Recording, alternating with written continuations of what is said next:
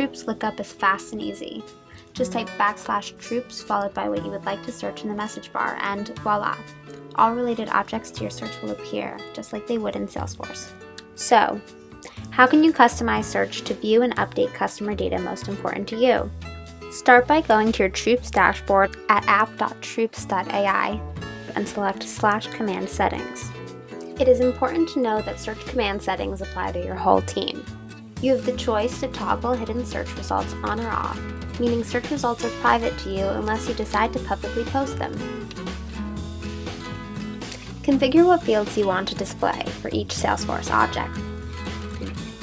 Here, you're able to select as many fields as you'd like. You can also add existing action buttons so anyone can update their Salesforce records from Slack. Don't forget to click Save.